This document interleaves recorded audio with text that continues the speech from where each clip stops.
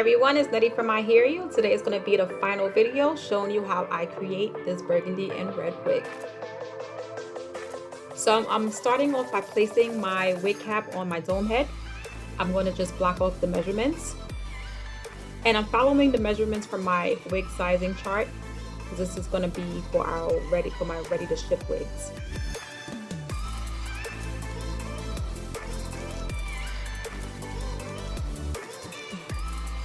Here I'm just taking out the extra cap.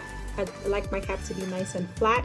So any bagginess in the back of the cap, I bring it to the front and I sew it down.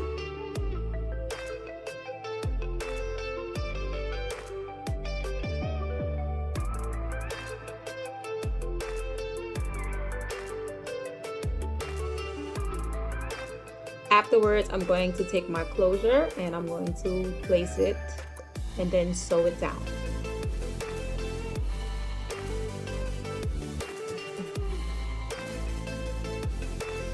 When I'm sewing down my closure, I start from one side and I sew all the way to the middle in the back of the closure. I don't sew all the way around. Once I get to the middle, I stop and then I start from the other end on the other side and I meet back to the middle of the back of the closure.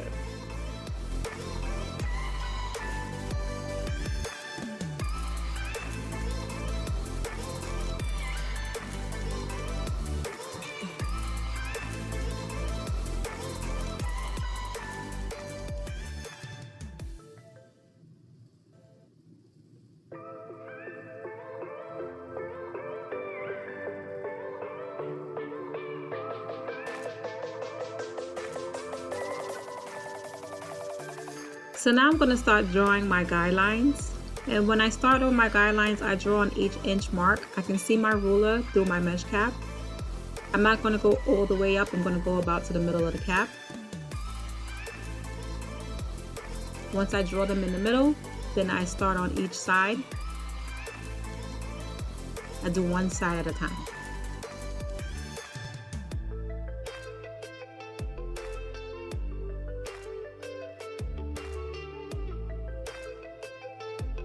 Then I'm going to go to the other side and I'm going to draw those lines out on that side too, trying to make the lines as even as I can.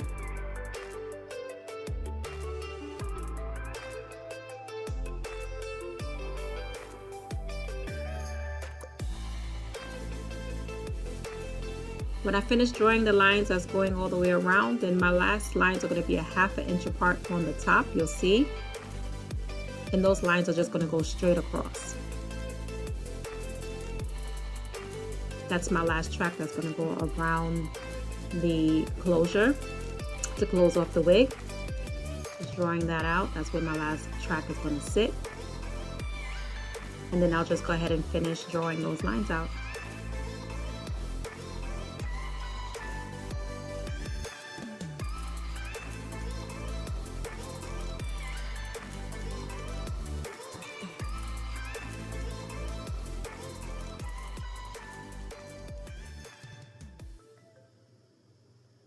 When I'm done, I usually have about 11 or 12 lines. Those are how my guidelines look. Once I'm finished that, we're going to move on to doubling the wefts.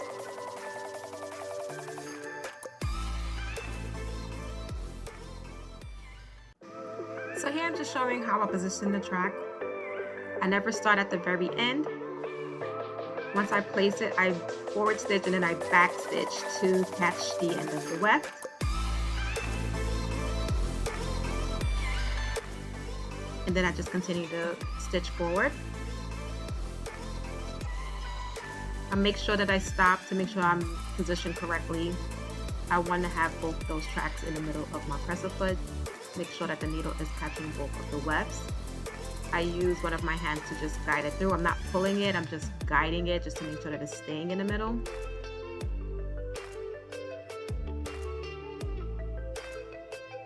And I do cut my weft at the end.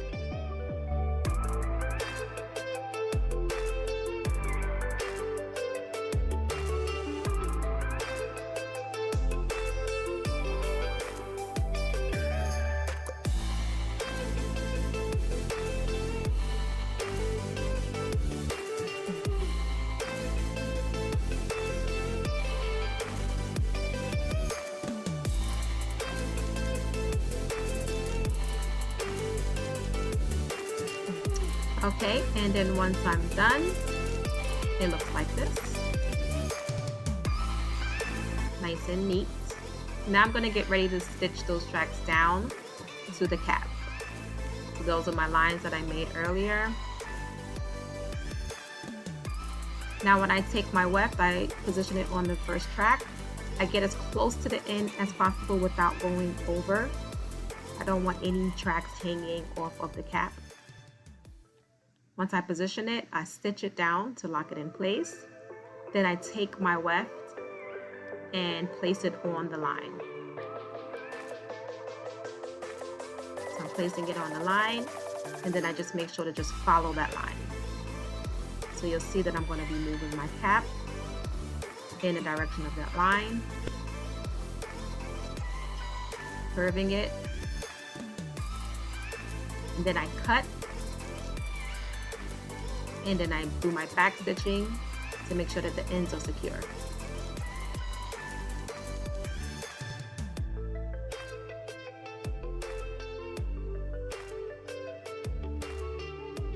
And I cut the thread from each end. I'm gonna have thread on both from the beginning and the end of the track. And then I just do the same exact thing. The next line, I'm gonna take the track, line it up, get it as close to the end as possible without going over. Lock it in place, stitch, back stitch.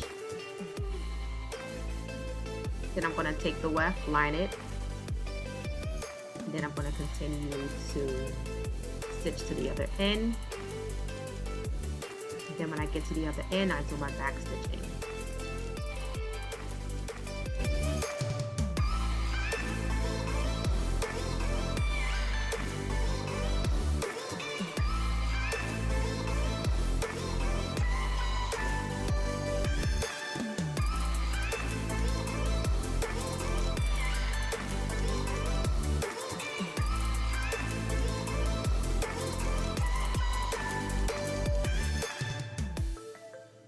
Okay, now I'm like at the middle of the cap.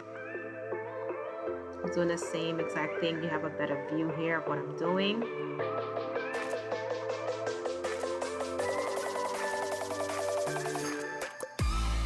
When I laid my track down, I don't stretch my cap at all.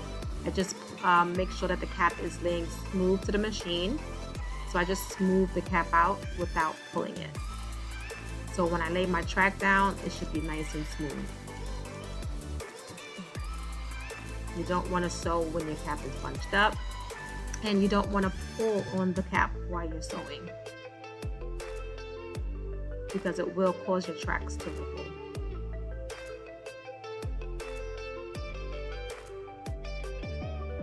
Okay, so now I'm up at the top, getting ready to finish this wig off.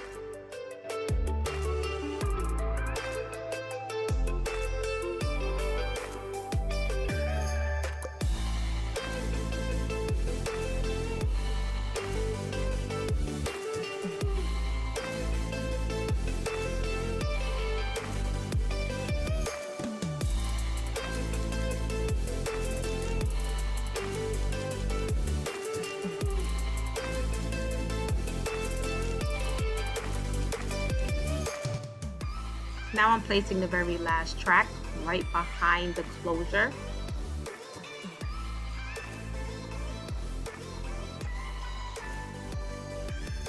I really take my time when doing this. I do sew the last track onto the closure, so I make sure that the needle is catching the edge of the closure so it can be sewed together with the last track.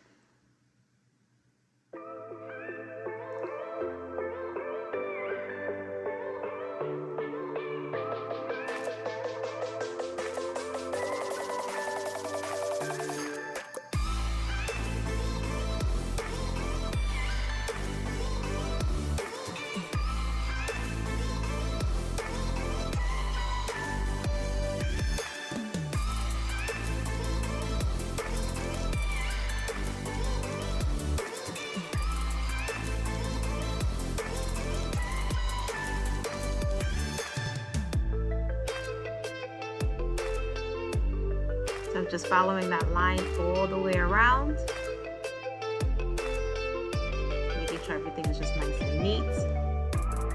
seamless.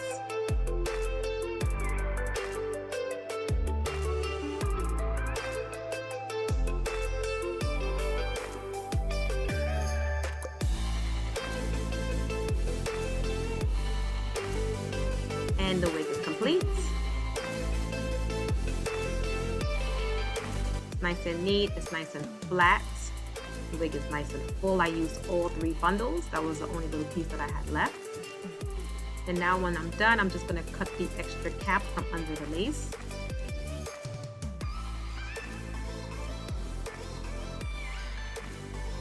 When I finished, I went and I co-washed the hair. And I let it air dry. I do this with all my wigs before I style them.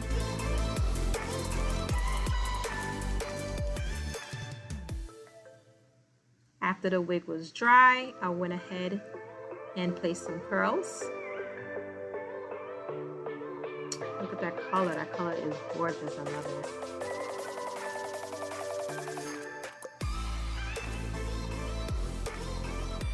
I'm just taking out the pins because I did pin them up to let them cool.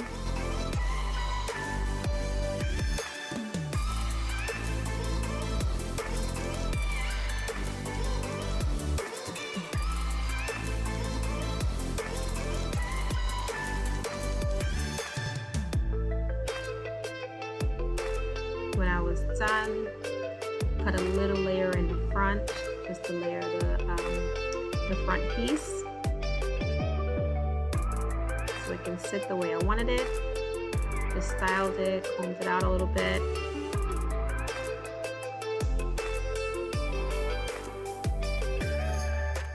Laid down the front with a wax stick, some sheen, and combed it out. And I used my hot comb to fix everything on the top to make sure it was laying correctly, because I want my closures and everything to always lay as flat as possible.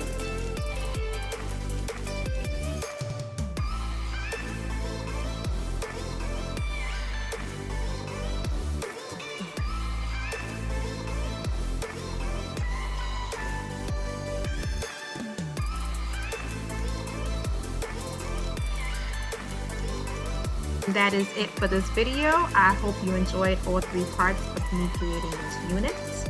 This is the inside of the cap. It came out nice and neat. And thank you for watching. Until next time.